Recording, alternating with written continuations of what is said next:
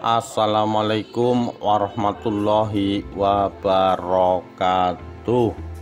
Rahayu Rahayu Sagung Dumadi. Niskala Gajah Mada Musuhku. Bagian 5. Kesaktian Aki Jaru.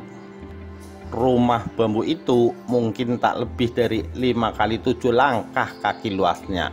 Mula-mula Anggalarang nyaris tak bisa memandang apa-apa. Remang-remang di dalam. Cahaya hanya masuk dari pintu depan. Tak ada jendela sama sekali. Karena itu ia segera menajamkan segala indranya. Matanya mencoba menembus kegelapan. Telinganya seakan tegak untuk menangkap suara lirih apapun.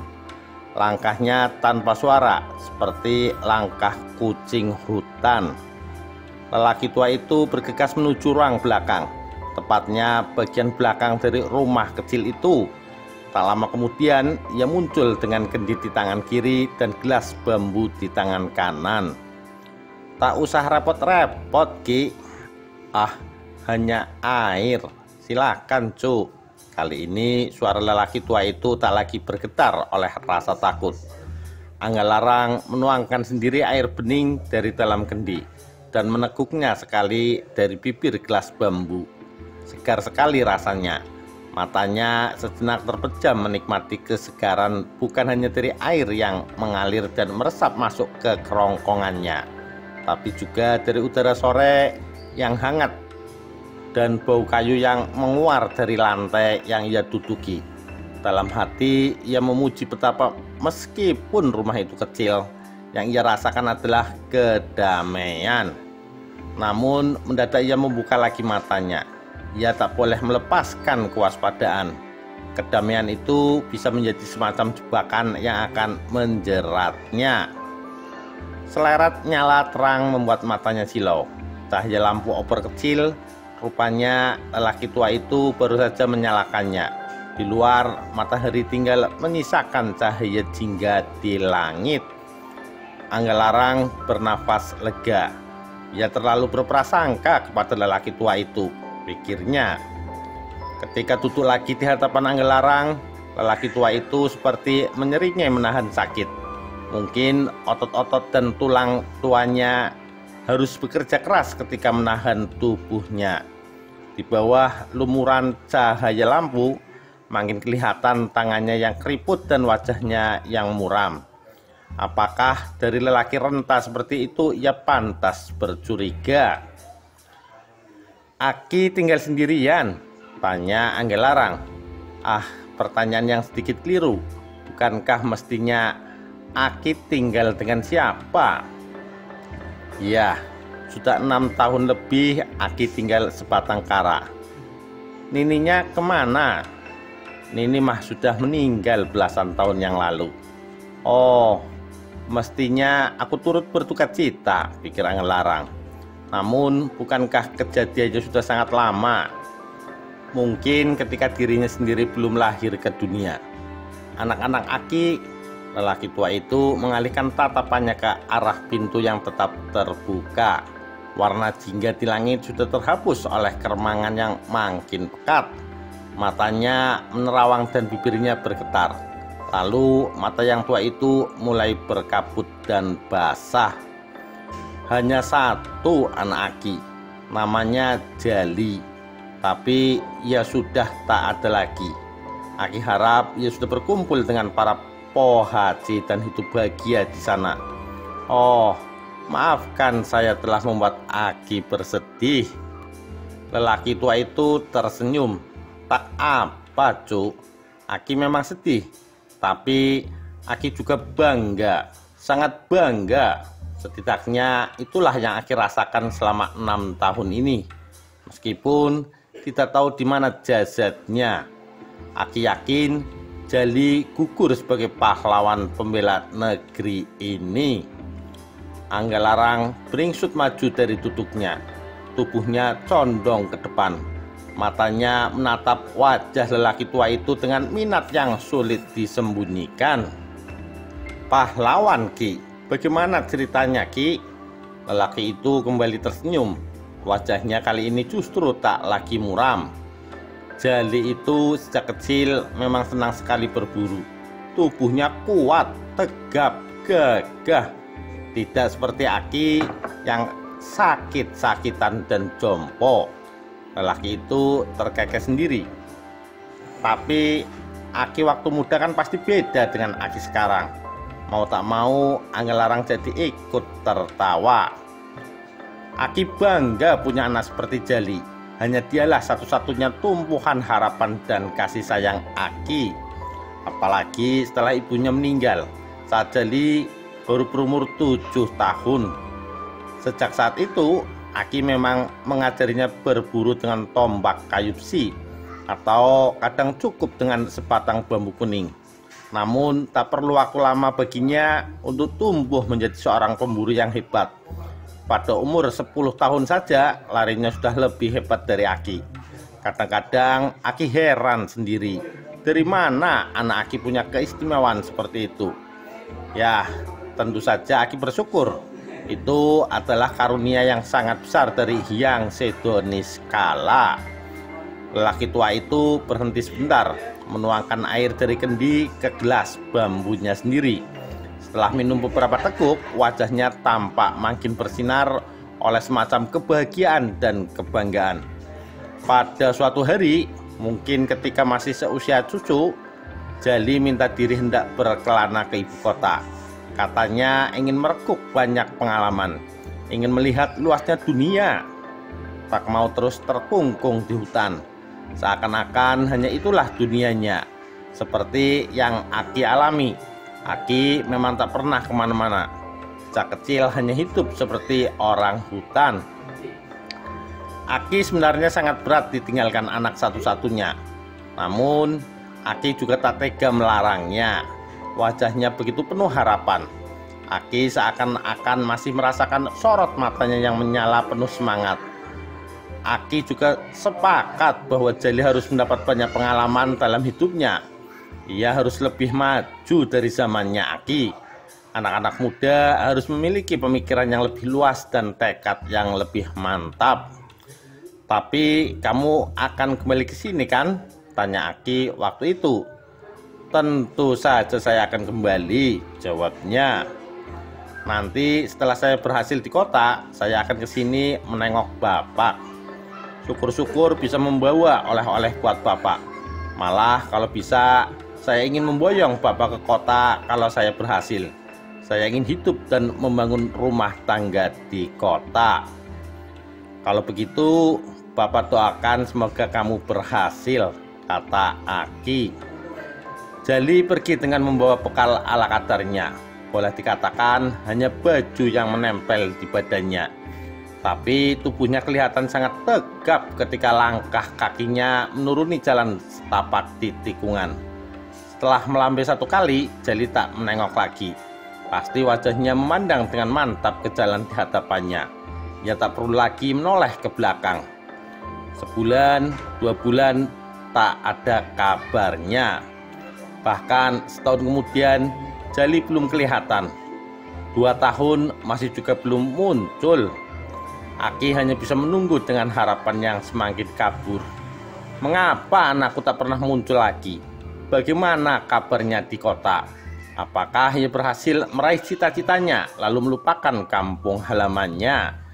Tapi bagaimana kalau terjadi sesuatu yang buruk padanya? Lama-kelamaan Aki mulai pasrah dengan keadaan itu. Aki pikir, ya sudahlah, nasib Aki harus hidup sendirian dalam kesunyian hutan. Nah, pada saat itulah Jali tiba-tiba muncul. Aki sendiri kaget karena nyaris tidak mengenalnya lagi. Waktu itu badannya sudah bertambah tinggi dan tegap. Kumisnya makin tebal di bawah hidungnya. Pakaiannya juga sudah berubah jadi bagus dan bersih. Jali membawa oleh-oleh makanan, pakaian, dan berbagai kebutuhan sehari-hari. Jali kemudian bercerita bahwa ia sudah berhasil menjadi anggota pasukan pengawal kerajaan. Pasukan Bela Mati namanya. Tugasnya adalah mengawal Prabu Maharaja Linggabuana. Jali juga menceritakan bagaimana perjuangannya untuk menjadi anggota pasukan khusus kerajaan Sunda itu. Ketika berangkat dari sini dulu, cerita Jali, ia berusaha mencari ilmu ke orang-orang yang dikenal memiliki kelebihan. Nasib baik pun mempertemukannya dengan seorang pertapa bernama Ki Ratam. Hampir setahun Jali hidup di pertapaan sebelum turun gunung menuju kota. Di kota, Jali mencoba melamar menjadi salah satu pengawal kerajaan. Melalui berbagai ujian, Jali akhirnya diterima sebagai prajurit rendah. Dan setelah beberapa lama, ia pun naik merayap dan akhirnya menjadi anggota pasukan terpercaya, bela mati. Tak sembarangan orang bisa mencapai kedudukan ini, dan Aki sangat bangga padanya. Lalu Jali memperlihatkan sepucuk kujang sebagai perlambang bahwa ia benar-benar anggota pasukan pengawal itu. Ia juga memperlihatkan senjata kebanggaannya yang lain, sebilah keris panjang berluk 9. Sayangnya Jali tak lama di rumah. Jali harus kembali ke kota. Begitu cepat, kenapa tak bermalam dulu? Saya takut ketinggalan. 2 hari lagi saya harus ikut rombongan Prabu Maharaja Linggabuana. Kemana? Tanya Aki. Ke tanah Jawa, ke Mojopahit. Untuk apa? Ah, bapak ini ketinggalan berita. Dasar orang hutan, kata Jali sambil tertawa. Aki juga tertawa. Jali akan mengawal Prabu Linggabuana dan sang putri Dyah Pitaloka yang hendak dipersunting Raja Hayam Wuruk dari Mojopahit. Ini tentu tugas yang tak boleh diabaikan sama sekali. Bayangkan Pak, Jali anak bapak asal hutan ini bisa ikut rombongan kerajaan dan akan naik kapal besar menuju tanah Jawa. Aki hanya bisa menatapnya dengan mulut terbuka. Nah, Jali mohon diri ya Pak. Jali mohon restu Bapak. Semoga tugas ini bisa terlaksana dengan baik. Tentu saja Bapak doakan, semoga Hyang Sedoniskala selalu melindungimu nak. Nanti kalau sudah kembali, Jali akan berkunjung lebih lama di sini sebelum memboyong Bapak ke kota. Berapa lama? Ya, mungkin sebulan atau 2 bulan. Seperti bertahun-tahun sebelumnya, Jali pergi lagi meninggalkan Aki sendirian. Kali ini langkahnya lebih lebar dan menatap untuk menyongsong tugas yang sudah menunggunya. Seperti dulu juga Bapak menunggu kedatangannya kembali di sini. Namun sebulan, 2 bulan, setahun ia lagi-lagi tanpa kabar. Apakah janjinya itu hanya janji belaka? Tapi Aki tak mau berburuk sangka. Aki tetap menunggu meskipun harapan Aki makin lama makin tipis. Beberapa lama kemudian kabar pun sampai ke telinga Aki. Katanya rombongan kerajaan Sunda sebanyak hampir 100 orang termasuk Maharaja Linggabuana dan sang putri Dyah Pitaloka semuanya gugur di tanah Jawa. Tidak jelas ceritanya bagaimana. Namun yang Aki dengar, semua itu disebabkan oleh kesombongan Gajah Mada. Sudah barang tentu anakku Jali menjadi salah satu ksatria negeri Sunda yang gugur di sana. Kali ini lelaki tua itu terhenti, wajahnya tanpa menegang. Anggalarang sendiri tak mampu berkata-kata. Kisah panjang lelaki tua itu benar-benar mengejutkannya, sekaligus membuat magma dalam dadanya kembali bergolak-golak. Nyaris saja bibirnya mengucapkan sebuah nama yang sudah cukup dikenalnya, Rakyat Senopati Yuda Sutrajali, anggota pasukan bela mati itu. Ternyata anak seorang lelaki tua yang kini terpuruk di hutan sendirian. Ia masih ingat Senopati Sutrajali memang seorang anggota pasukan yang hebat dan selalu mampu melaksanakan tugasnya dengan baik. Anggalarang sempat bimbang. Apakah ia mesti mengungkapkan jati dirinya bahwa ia mengenal Jali yang kemudian menjadi Rakyat Senopati Yuda Sutrajali, bahwa ia adalah anak satu-satunya Prabu Linggabuana? Namun dengan cepat Anggalarang memutuskan menyimpan dulu jati dirinya. Yang pasti ia sudah mencatat dalam hatinya, Suatu saat kelak, ia tak akan melupakan lelaki tua yang bersahaja ini. Paginya, Anggelarang memohon diri. Hatinya sudah mencatat seorang tua yang tinggal di hutan, yang ternyata memiliki kebanggaan yang membanggakan terhadap negerinya. Andai saja semua penduduk negeri ini memiliki kebanggaan yang sama, pikir Anggelarang. Terima kasih atas kebaikan Aki, kata Anggelarang. Lelaki tua itu balas membungkuk. Selamat jalan, hati-hati Den. Semoga di tangan Aden kelak negeri ini bisa berkembang maju. Anggelarang tak jadi melangkahkan kakinya melewati pintu. Keningnya berkerut, dadanya berdebar-debar. Ditatapnya lelaki tua itu lekat-lekat. Saya hanya pengembara biasa, Ki. Saya bukan siapa-siapa. Lelaki tua itu tersenyum tulus.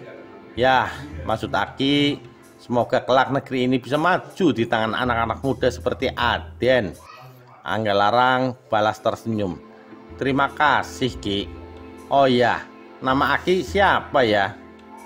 Oh ya, panggil saja Aki Jaru. Di perjalanan, hati Anggelarang masih bertanya-tanya. Apa sebenarnya maksud kata-kata lelaki tua itu? Apakah ia tahu siapa dirinya? Bagaimana ia tahu? Apa yang telah terjadi ketika ia tidur semalam? Ia memang tidur sangat nyenyak. Rasanya seperti tidur di kasur yang empuk. Mungkin perjalanan hari pertama membuat otot-otot tubuhnya harus menyesuaikan diri lebih dulu, sehingga perlu mengalami tahap kepenatan. Dan ia ternyata tanpa disadarinya beristirahat dengan total. Dan sementara ia tidur nyenyak, bisa saja lelaki itu mengetahui, entah dengan cara bagaimana, bahwa ia bukan pengembara biasa. Anggelarang menarik nafas lega. Untung saja lelaki itu penduduk negeri yang baik. Coba kalau tidak, ia kembali menarik pelajaran penting bahwa ia harus lebih berhati-hati dalam langkah. Apa yang akan terjadi kalau ia ceroboh ketika justru berada di tanah orang? Sesungguhnya Anggelarang telah sedikit ceroboh. Ia terlampau percaya pada lelaki tua itu sehingga tidur dengan sangat lelap. Pada saat itulah Ki Jaru berjongkok di belakang punggung Anggelarang yang tertidur miring, membuka kedua telapak tangannya, menempelkan kedua telapak itu di punggung Anggelarang dan menyalurkan aliran hangat tenaga dari tubuhnya. Setengah jam Ki Jaru melakukannya sampai ia berkeringat dan kelelahan. Anggelarang menuju kali kecil yang mengalirkan air jernih dengan suara gemericik. Seraya berjongkok, diraupnya air kali dengan kedua telapak tangannya. Air terasa segar mengusap wajahnya. Diusapkannya juga ke kedua tangannya hingga siku. Begitu dengan kedua kakinya hingga lutut. Dihirupnya udara pagi yang sejuk dan segar. Di mana-mana negeri ini memang dialiri kali yang jernih. Batu-batu kali di dasarnya bahkan tampak berkilau memantulkan sebagian cahaya, seperti batu-batu permata yang ditebarkan dari angkasa. Anggelarang menyeberang dengan meloncat-loncat berpijak pada batu-batu kecil di tengah kali. Saat itulah Anggelarang menyadari bahwa tubuhnya terasa sangat segar, meloncat lebih ringan, dan tenaganya menjadi berlipat. Apa yang terjadi dengan diriku? Tanya hati Anggelarang.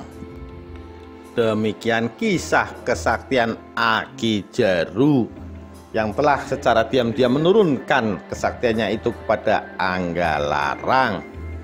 Kita nantikan kisah selanjutnya.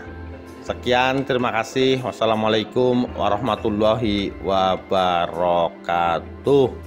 Rahayu, Rahayu Sagung Dumadi.